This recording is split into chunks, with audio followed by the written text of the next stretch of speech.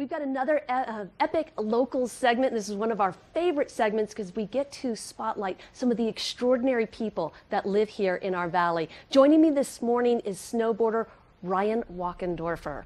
Did I pronounce your last name correctly? You nailed it, yeah. Well, great. You are a member of the U.S. Pro Halfpipe Snowboarding team. Did I get all of that in there too? You got it, yep. That's what it is. So you've been snowboarding since you were 8 years old, I understand. Yeah, very young. Kind of just fell in love with it and haven't stopped. So how does someone go from just enjoying their ride down the mountain to gravity and death-defying tricks on the mountain? I think, there's a lot of adjustments that happen, but it still comes back to having fun with your friends and enjoying snowboarding and being outside. You went very quickly into competition. How did you decide, hey Dad, I want to start competing? I started doing some local contests and started to like it, and big thing for me was I got to miss school for these contests, so I thought that was really cool growing up. And as long as I had good grades and coming through middle school and high school, I got more involved, and it's taken me to some really amazing places around the world. Well, then how do you go from somebody competing as a kid locally to somebody deciding, this could be kind of my calling, this could be my career? I graduated from the Ski Academy in 2014, and right then I was planning on going to college, and I actually made the U.S. team just before I graduated, and so sat down with my parents and we talked about, let's just see how far we can take this, and kind of taken it year by year since then, and it's been really amazing. I've heard you described as humble and hardworking. Would you say that's an accurate description? I'd say so, yeah. I think you get what you put in, and I think it only comes down to how hard you work and how bad you want it. Well, where did your work ethic come from? I think my parents definitely. They've taught me a lot about how to hold myself and just the work ethic.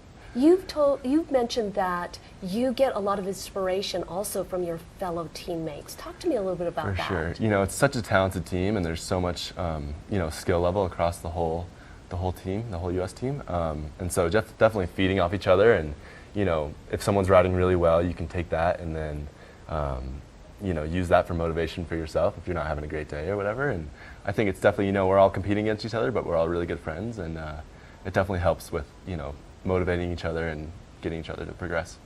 So when I make a mistake in my job, it's just embarrassing. But when you make a mistake in your job, oftentimes there's some pain involved. Tell me about managing that in terms of anticipating that might happen to you and then coming back from that. It's all about taking calculated risks. So, we do a lot to train in the summertime, trampolines and airbags and stuff like that. So a lot of the new tricks that we're trying, we've done, countless times into the airbags and stuff that we use to train.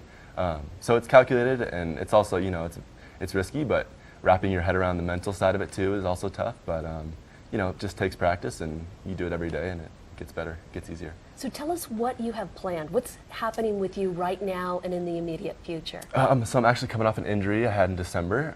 I just got cleared to get back on snow on Monday, which is pretty exciting. Working on getting stronger and getting back on the hill, and should be back for the U.S. Open, which is here in March.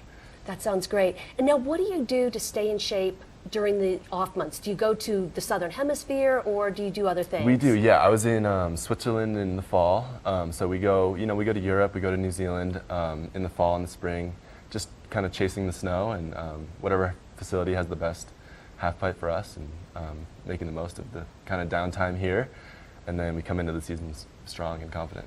Well, I noticed you have like 17,000 Instagram followers. Is that the best way to keep tabs on you and your career progress? No, I think, that's a good way to see what I'm doing, but I think, following the contests and just kind of staying focused on, who's doing what is a better way. So. Ryan, it's so great talking to you. Yeah, Thanks for coming by the studio today, and really best of luck in your future endeavors and competitions. Thank you for having me.